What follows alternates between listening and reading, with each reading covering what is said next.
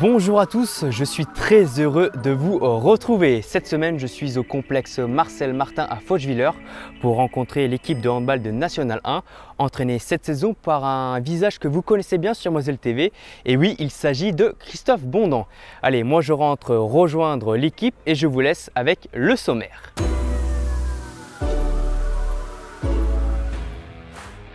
Hop hop hop, 300 coureurs ont chaussé leur basket de running pour la première édition de la 4 pattes. Cette course exclusivement en duo s'est déroulée en plein cœur de la ville de Metz. Nous avons suivi un duo qui est devenu un trio juste avant le départ. Et puis, comme chaque semaine, retrouvez l'actualité du TFOC, 12 joueuses du centre de formation ont sorti leur treillis pour 2 jours de cohésion sur le camp d'Angevilliers avec le 40e régiment de transmission de Thionville. Les volleyeuses ont transpiré, elles se sont dépassées et surtout elles repartent soudées pour cette nouvelle saison. En fin d'émission, découvrez le portrait d'Armand Eloyan, lutteur à Mézières-les-Metz. Il lutte sans relâche pour obtenir sa qualification aux Jeux Olympiques de Paris 2024. Christophe Bondan, le nouvel homme fort du Fauchevillers Handball, et Clément Thiebaud, le capitaine de cette formation, sont les invités de ce nouveau numéro de Moselle Sport. Voilà pour le programme. Tout de suite, place au sport. Juste avant de retrouver Clément Thiebaud, le capitaine ici sur le terrain, je vous laisse avec le récap sport. Il est signé cette semaine par le merveilleux Tim Girard.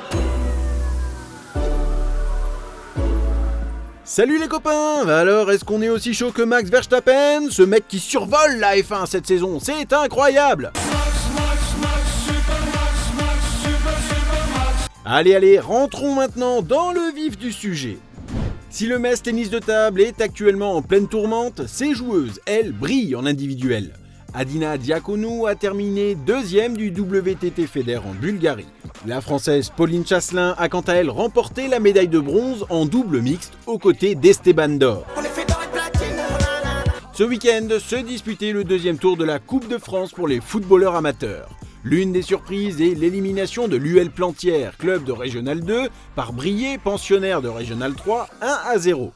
On se rappelle que l'année dernière, les hommes de Richard Pagnat avaient atteint le 8e tour de cette compétition et s'étaient inclinés face à Nancy.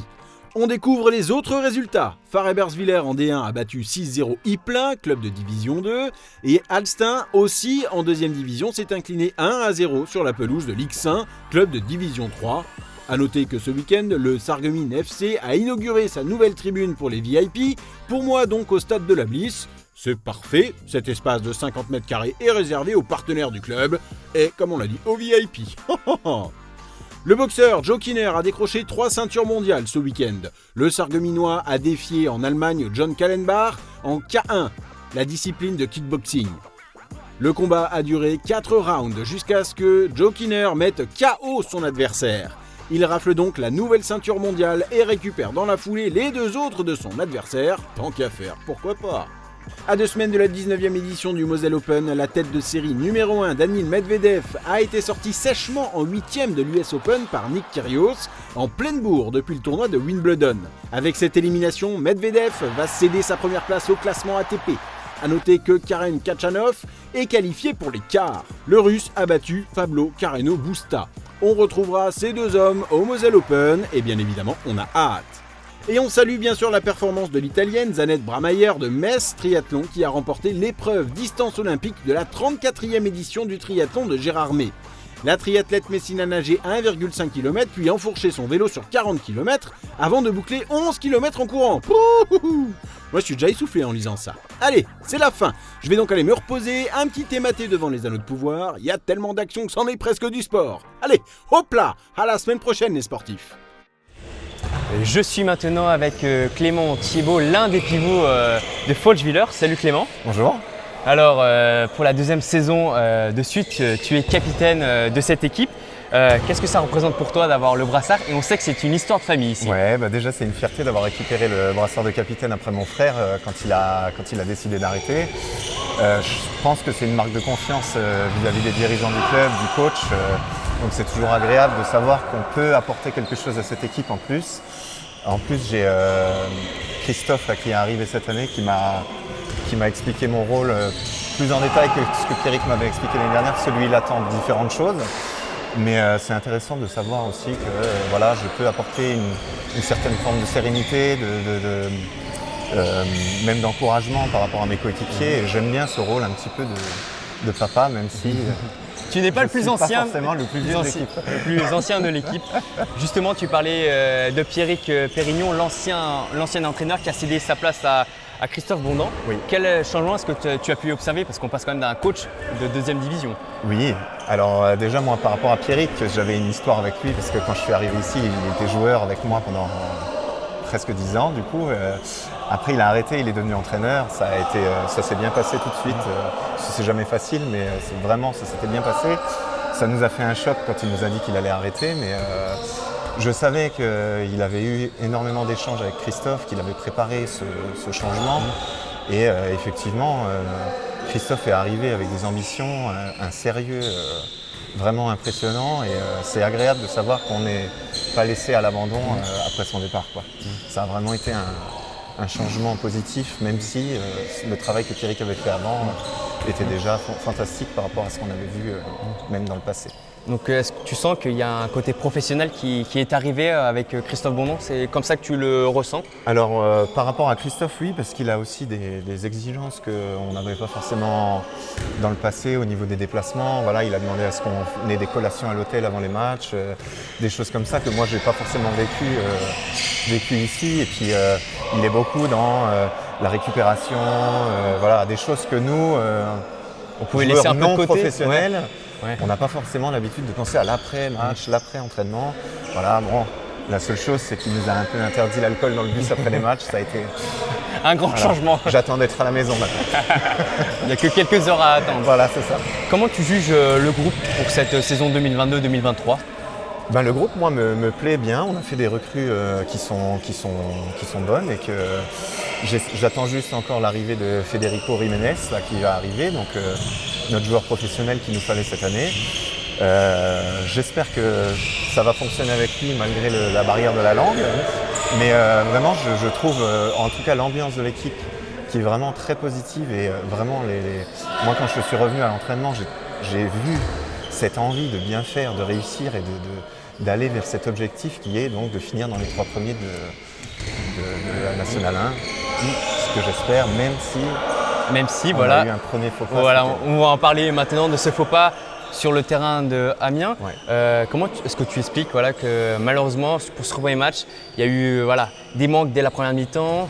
Comment tu juges ces problèmes qui ont fait que le match a été perdu? Déjà, on savait qu'Amiens, c'était une équipe très costaud et que ça allait forcément être un match compliqué. On avait en plus des blessures. Je vous dis, notre recrue argentine n'est pas encore là. On n'avait pas beaucoup d'arrière. Moi, j'ai dû jouer arrière. Je suis pas forcément. J'y ai joué il y a des années. Ouais, mais on se repose sur l'expérience. Voilà, non, l'expérience. Mais toujours premier match. Il faut que la mayonnaise prenne. Ça a été. Les joueurs, ils ont besoin d'un temps aussi pour s'adapter, pour retrouver un peu leurs sensations. Je sens qu'il y a un peu d'appréhension avant les matchs. Toujours, tous les ans, le premier match, on joue un petit peu avec le frein à main et j'espère vraiment qu'on va se lâcher très vite. Tu sens que vous êtes capable de vous lâcher? J'ai vu déjà un rebond en deuxième mi-temps où vraiment on a beaucoup plus joué et j'espère que ça va continuer. Parce que quand je vois ce qu'on fait à l'entraînement, je sais qu'on est capable de faire beaucoup mieux en match. Donc j'espère vraiment qu'on trouve ça dès samedi prochain. Le handball, c'est une histoire de famille. Ton père est un ancien barjo, Jean-Luc Thiebaud. Est-ce qu'il te suit encore et est-ce qu'il te donne un peu des conseils au fil des matchs? Alors bon, il est dans le club concurrent à Metz. Donc, voilà, c'est pour ça que je pose la question. Je pense que quand on joue contre Metz, il est content si je joue bien, mais qu'on perd. Il veut tout. Ouais, voilà, c'est ça. Mais après, oui, non, il me suit, on en discute encore régulièrement. On est une famille de handballeurs, mon frère, ma mère, mon père. Donc forcément, le hand, c'est un sujet de discussion qui revient quand on se voit les week-ends. Et, ça, c'est sûr qu'il suit nos résultats et nos feuilles de match. Il m'appelle avant, après. Il y a des petites engueulades, des petites remontrances ou... Non. Non, il n'y a jamais eu de pression ou de... Non, ça a toujours été très bienveillant et pas d'engueulade. Vraiment, moi, j'ai pas eu de problème avec ça, avec mes parents. C'est bien que ça se passe comme ça, c'est important. On va parler d'un autre sujet. J'ai vu dans une interview que tu aimais bien te moquer des caractéristiques physiques de tes coéquipiers. Alors, la question que tout le monde se pose, pourquoi? Eh ben, ça s'explique pas. Alors déjà, moi, j'aime rire. J'aime rigoler déjà. C'est aussi, je pense pour ça que je suis aussi le capitaine et que tout le monde apprécie. Ouais, le côté fédérateur. Voilà. Je suis pas le seul à faire des blagues, hein, mais en tout cas, oui, j'aime bien. Quand je dis les caractéristiques physiques, il y a ça, mais il n'y a pas que ça. J'aime bien me moquer en général déjà, mais c'est vrai que voilà. Le cheveu sur la langue de Sofiane ou les oreilles de Florian sur lesquelles il trébuche quand il dribble ou des choses comme ça. Bon, c'est des choses sur lesquelles on aime bien rire. Et est-ce que sur le nouvel entraîneur, tu as, je sais pas, une petite anecdote ou quoi que ce soit que tu as remarqué? Alors avant qu'il vienne, quand on ne le connaissait pas encore, on cherchait des blagues avec son nom de famille. Voilà. Donc moi je suis revenu une semaine plus tard de vacances, donc j'ai dit bon dans ce temps-là, moi je serai en vacances. Je sais pas si je la valide celle-là. Alors on n'a pas trouvé mieux. Bon, elle est déjà bien, mais je pense que tu as une saison pour J'ai une saison pour trouver, voire plus, j'espère. Oui, on espère aussi. Merci Clément pour ce moment. Rien. Bonne saison avec Fauchwiller. Merci. Et puis on va suivre ça avec beaucoup d'attention. Eh ben, j'espère bien. Merci. Allez, enchaînons tout de suite avec l'événement du week-end. La guinguette des frigos était en effervescence. En effet, le top départ de la première édition de la 4 pattes a été donné ce dimanche. Cette course qui se dispute en duo a vu 300 coureurs se lancer à la conquête du 6 ou du 12 km en plein cœur de la ville de Metz. Et nous n'avons pas suivi un duo, mais un trio, voire un quatuor. Vous allez le découvrir dans ce reportage. C'est un reportage préparé avec Emma Facchetti. Sophie et Marion, mère et fille, adeptes de la course, ont convié Benjamin, le gendre, à la 4 pattes. Si au départ il devait être 2 duos, le papa a déclaré forfait à la dernière minute. C'est donc en trio, voire en quatuor, qu'il se lance dans l'aventure de cette course caritative. Et moi, de toute façon, c'est toujours moi qui lead un peu les courses, donc c'est moi qui ai engagé tout le monde à le faire. Donc même sans mon binôme, je vais le faire avec tous les autres binômes. Et moi, c'était l'occasion de marquer des points également auprès de ma belle-mère. Et du coup, je me suis dit, je vais saisir l'occasion. Je ne suis pas vraiment un coureur, mais je me suis dit, je pense que ça lui fera plaisir. Donc c'était la bonne occasion de venir en Moselle, venir faire la course avec elle. Le départ est donné. Le trio part pour 12 km en plein cœur de la ville de Metz. Les coureurs traversent les berges de la Seille, la porte des Allemands, font un crochet près de la cathédrale et un saut autour du plan d'eau avant de franchir la ligne d'arrivée au frigo. Un parcours au plus près des sites incontournables qui ravit toute la famille. Un peu dur, ouais. Pas l'habitude de faire ce style de course, mais bon, c'était quand même pour la bonne cause, c'est pour une association pour soutenir en Ukraine, donc c'est quand même bien de faire ça. Et après, c'est bien de le faire aussi avec sa belle-mère et sa copine. En plus, on ne s'est pas engueulé, donc c'était le plus important. Oh mais dis donc, on s'engueule jamais. Alors, très très bien. Non mais en fait, on a concilié plein de choses. C'est vrai que toutes les valeurs étaient réunies. Donc entre la convivialité, la générosité, puisque c'est pour faire un don, l'esprit de famille et le sport, ma passion. Voilà. Ce challenge sportif, sans se prendre au sérieux, a un accent solidaire puisque 10% des frais d'inscription sont reversés à l'association Échange Lorraine-Ukraine. C'est vrai que quand on fait quelque chose, on veut qu'il y ait un but derrière. Donc certes, c'est une association, donc c'est un but non lucratif, mais pour nous, c'était important de faire découvrir une association. Donc cette année, c'est Élu Ukraine qui vient en aide aux victimes en Ukraine. Mais l'année prochaine, ce sera peut-être une autre association. Voilà, le but, c'est vraiment de chaque année de faire découvrir une nouvelle association. Ce succès populaire en appelle sans doute d'autres. Et comme le veut la tradition, après l'effort, le réconfort, autour évidemment d'une bière. Quoi de mieux qu'un ballon de handball pour parler et voler, évidemment. Allez, c'est l'heure de l'actualité du TFOC.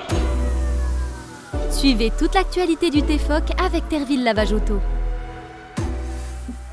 Le week-end a été très sportif pour les joueuses du centre de formation du TFOC. 12 volleyeuses ont participé à 2 jours de cohésion sur le camp d'Angevilliers avec le 40e régiment de transmission de Thionville. Entre une randonnée de 10 km, un parcours du combattant et une course d'orientation de nuit, les filles en ont bavé. Moi aussi, vous allez le voir dans ce reportage. Allez, on découvre ça tout de suite.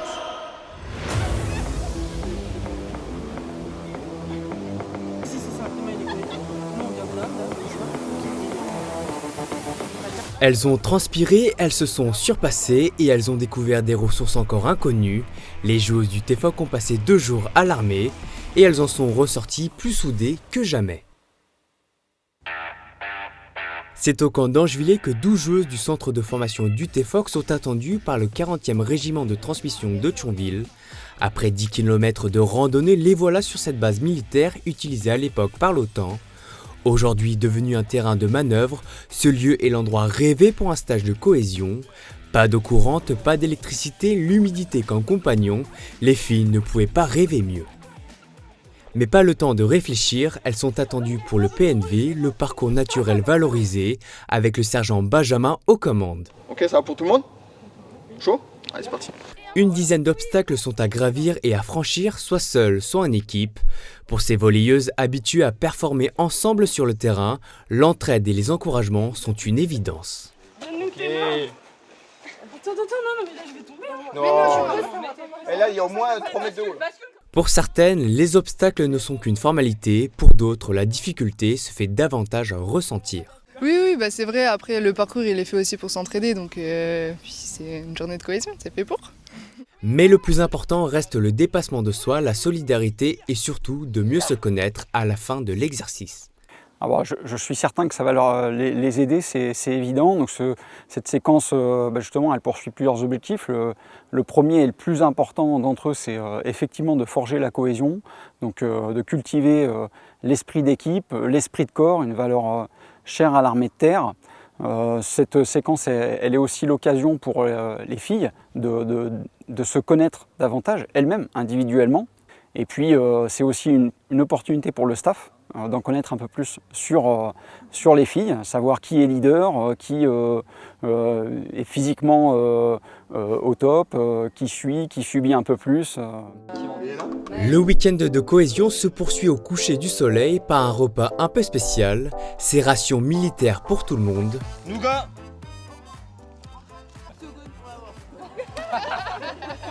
Les joueuses ont droit au meilleur de la gastronomie française et oui, même les Américains envient les militaires tricolores sur ce point.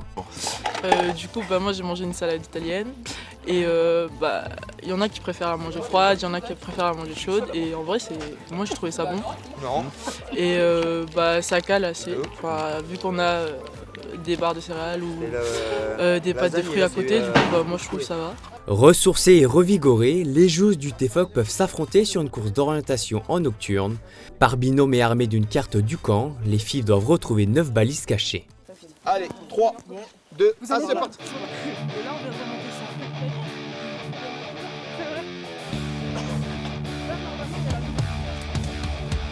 Une première, une deuxième et une troisième balise de trouver. Ouais, on a un peu chaud, on vient de trouver notre troisième balise. Ouais, et là, il faut qu'on reparte au camp, la valider du coup. La valider parce que non, on peut pas faire les autres. Voilà, faut les faire toutes une par une. Avec cet exercice, les filles sortent de leur zone de confort et travaillent leurs conditions physiques. C'était très dur au niveau physique après la longue journée, mais on avait vraiment envie de finir dans les premières, donc on s'est vraiment dépassé malgré le physique qui avait du mal à suivre. La 9e balise est trouvée, c'est le moment de rejoindre les instructeurs et de découvrir le classement. Ok, 4e féminine. Oh, beau gosse. C'est bien. Une place honorable pour le duo, fier de leur collaboration et surtout de ne pas avoir terminé dernier de l'épreuve. 4e sur 6, je pense qu'on pensait peut-être faire mieux ou pire, on voulait juste surtout pas finir dernière, après c'est sûr finir premier c'est mieux. Mais non, on a bien donné, on s'est bien encouragé je pense, et c'est le principal, je pense aussi. Et en vrai on s'est bien amusé aussi à trouver des trucs. Ouais, c'était sympa.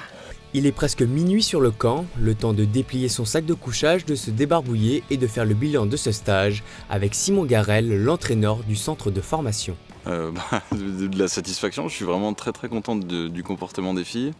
J'en attendais vraiment beaucoup de cette journée et je suis pas déçu parce que l'entraide a été là, l'investissement à fond a été là et l'engagement physique fort a été là tout le temps, donc c'est top. Après 2 jours au camp d'Angevillers, il ne fait aucun doute que cette cohésion devrait se ressentir sur le terrain et si possible dès le premier match, le 1er octobre, face à Belfort. C'était toute l'actualité du TFOC avec Terville Lavage Auto. Je suis maintenant avec Christophe Bondan, le nouvel entraîneur de Folchwiller. Salut Christophe. Salut Baptiste. Merci de nous accueillir ici dans la salle Marcel Martin. Je t'en prie. Alors, tu as repris cette équipe à l'inter-saison après ton aventure à Sarrebourg-Moselle-Sud Handball. Pourquoi est-ce que tu as décidé de te lancer ce défi? Parce qu'on sait qu'il y avait aussi d'autres projets qui pouvaient t'intéresser. Oui. Écoute, j'ai rencontré les dirigeants de Folchwiller à la fin du mois de juin. Ça s'est fait un peu tardivement, mais leur discours m'a convaincu. J'ai trouvé une équipe de dirigeants motivés, prête à travailler, prête à aller de l'avant. Je savais déjà que le groupe joueur était un groupe soudé, un groupe qui avait envie de bosser aussi. Et ça a fini par me convaincre. Et donc, tout naturellement, le projet, il m'intéresse ici. Tu as quitté Sarrebourg en bons termes, mais néanmoins, tu souhaitais quand même poursuivre l'aventure. Est-ce que tu as tourné la page ou il reste encore un petit peu d'amertume avec Sarrebourg? Non, en fait, je suis plutôt à regarder vers l'avant. Quand on entraîne et qu'on est professionnel, il faut toujours avoir l'idée qu'un jour, ce sera terminé. Et puis, il faut être prêt à passer à autre chose. Voilà, je me suis lancé ce défi et très sincèrement, je ne suis pas déçu de l'aventure. Est-ce que c'est plus dur d'entraîner une équipe de N1 ou une équipe de D2? C'est beaucoup plus difficile d'entraîner une équipe de N1 avec des joueurs amateurs qu'une équipe de D2 avec des joueurs complètement pros. Il faut pouvoir prendre en compte le fait que les joueurs travaillent à côté, qu'ils ont une vie en dehors du handball et adapter son niveau d'exigence tout en restant quand même dans le travail. Est-ce que tu as changé ta façon de gérer les hommes parce que comme tu es passé de professionnel à joueur amateur? Ouais, c'est une bonne question. Oui. C'est une gestion différente, mais on ne doit pas s'éloigner du monde professionnel, mais on doit laisser aux joueurs la possibilité de souffler un petit peu plus parce qu'à côté il y a un travail, parce qu'il y a d'autres préoccupations que le handball, même si, je répète ici, on a plutôt un groupe qui pense handball, qui vit handball en permanence. Mais ce n'est pas des pros, tout simplement. Parlons maintenant de l'aventure Folchwiller. Vous avez réalisé 3 matchs amicaux, 2 victoires, dont une contre Strasbourg, qui est un club de D1 de Star League. Quel bilan est-ce que tu tires de cette préparation de manière générale? Alors, le bilan, il est bon dans l'enthousiasme que les joueurs ont mis, dans leur volonté d'apprendre. C'est toujours un peu frustrant. Je te dis, quand tu viens du monde professionnel, tu as l'impression que tout va se mettre en place très rapidement. Là, il faut rentrer dans une autre temporalité dans la préparation. Donc le bilan est bon, mais il faut savoir aussi prendre son temps et bien faire les choses les unes après les autres. Pas vouloir faire trop de trucs en même temps. Donc du coup, tu es toujours un petit peu frustré, surtout dans ce contexte-là. Ce week-end, vous avez joué le premier match de la saison de National 1. Oui. Ce premier match, malheureusement, s'est soldé par une défaite 24-19, faut bien en parler. Avec une première période complètement manquée. Ouais. Vous avez marqué uniquement 6 buts. Ouais. Comment est-ce que tu expliques cette déconvenue? Déjà, Amiens, c'est une grosse équipe. Je pense que c'est une équipe qui sera favorite de la poule. Et puis, on s'est tout bêtement tiré une balle dans le pied dès le début du match en ratant un nombre de tirs incalculable. Et face à une équipe comme ça, c'est rédhibitoire. On gagne la deuxième période d'un point de vue comptable, mais pas suffisamment pour pouvoir revenir. Et on a très mal commencé ce match-là en ratant beaucoup de duels avec le gardien. Et donc, quelles sont les pistes de travail pour éviter de louper les entames de match et être performant directement? On va faire un petit débrief avec les joueurs sur la qualité de leur engagement face aux gardiens adverses. On va essayer de recadrer certains mouvements qu'on avait en attaque qui ne sont pas encore complètement stabilisés pour cette semaine. Et puis, on a déjà des images de Tremblay, notre futur adversaire. Donc, on les a étudiées, on va mettre en place les choses cette semaine. Comment est-ce que tu travailles avec ces garçons au quotidien? Alors au quotidien, moi j'aime bien la vidéo, donc je fais pas mal de petites séquences vidéo pour leur montrer soit des bilans de ce qu'ils ont fait, soit des perspectives sur les équipes qu'on rencontre. Et j'essaye d'individualiser pas mal les retours que je fais auprès des joueurs. Parce que je pense que comme c'est un groupe pas professionnel, il y a beaucoup de joueurs qui ont besoin de repères dans leur travail, dans leurs apprentissages de handball. Et donc j'essaye d'être beaucoup plus présent individuellement. Merci Christophe pour cet entretien. Bonne saison avec Folchwiller et on espère une montée. Oui, merci beaucoup, c'est gentil. Allez, enchaînons tout de suite avec notre rubrique Jeux Olympiques. Nous sommes à 689 jours des Jeux Olympiques de Paris. Armand El Loyan fait partie des 8 meilleurs mondiaux de sa catégorie en lutte. En 2009, il arrive en France et intègre le club de Mézières-les-Messes. Aujourd'hui, il s'entraîne entre l'INSEP à Paris, la Moselle et l'étranger. Armand est l'un des talents 2024 que compte le département de la Moselle. Nous l'avons rencontré il y a tout juste quelques jours lors d'un entraînement. Portrait d'un lutteur qui lutte sans relâche pour sa qualification aux Jeux Olympiques de Paris. C'est un reportage signé Valentin Piovesan. Chaque séance commence par le même rituel, l'entraînement. On va s'échauffer, on va faire un peu de technique et à la fin on va finir quelques matchs. Un programme intense qui demande de l'agilité à toute épreuve. Mobilité, souplesse. En tout cas, pour être un bon lutteur, il faut avoir toutes les qualités. Souple, physique, force, il faut tout avoir. Dès qu'on se sent à peu près, on peut lever les genoux. Eddy, son coach, supervise les exercices. Là maintenant, une jambe fort. Hop là, fort. Top. Voilà, fort, top. On va travailler sur les petits détails, sur les qualités physiques, sur le placement, les aspects tactiques. C'est vraiment la motivation première, c'est intrinsèque, c'est en soi et c'est l'envie de gagner, l'envie de faire mieux, l'envie d'être meilleur. Après, le reste, tout s'apprend. Changement d'ambiance sur l'aire de combat, les choses sérieuses commencent pour Arman. Combinaison enfilée, les techniques de lutte vont s'enchaîner. La lutte est un sport de contact et de combat. Faire attention, il faut bien s'échauffer, on peut se faire mal, c'est très dangereux. La lutte, c'est pas simple. L'aspect physique représente une grande partie de la discipline, mais le mental est lui aussi essentiel. Il faut avoir beaucoup de qualité et c'est comme un jeu, il faut jouer avec l'adversaire, c'est très spectaculaire. Arrivé d'Arménie en 2009, il a suivi les traces de son frère, lui aussi lutteur dans son pays natal. Très rapidement, il rejoint le pôle France de lutte à l'INSEP. Pour celui qui est arrivé 8e au championnat du monde et 5e au championnat d'Europe, la prochaine échéance, c'est les Jeux Olympiques de Paris en 2024. Ça demande beaucoup de sacrifices, il faut beaucoup de stages à l'étranger, s'entraîner avec les champions. La lutte, c'est un sport très très dur. Dans les pays de l'Est, ils sont super forts. L'Est, les Américains aussi sont très forts. L'envie d'être champion du monde, d'être champion olympique, et j'aime trop ce sport, c'est ma vie. Après un été studieux, Arman affrontera les meilleurs de sa catégorie lors des championnats du monde en Serbie dans tout juste 10 jours. Vous le savez, c'est une tradition dans Moselle Sport. À chaque fin d'émission, je me teste au sport. Aujourd'hui, je suis avec Benoît. C'est moi. Je vais essayer d'arrêter un de tes jets de 7 mètres parce que tu es vraiment le tireur dans l'équipe, c'est ça? Bonne chance. Allez, je vais essayer. Je me mets en place, il va tirer et normalement, je vais l'arrêter.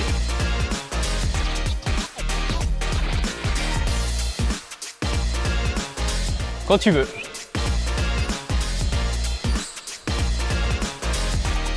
Bravo à toi, bien joué. Merci. Allez, bon entraînement. Merci. Voilà, l'émission touche à sa fin. Encore une fois, je me suis loupé. Je vous souhaite une très belle soirée et on se retrouve la semaine prochaine sur un autre terrain de sport. Je vous embrasse.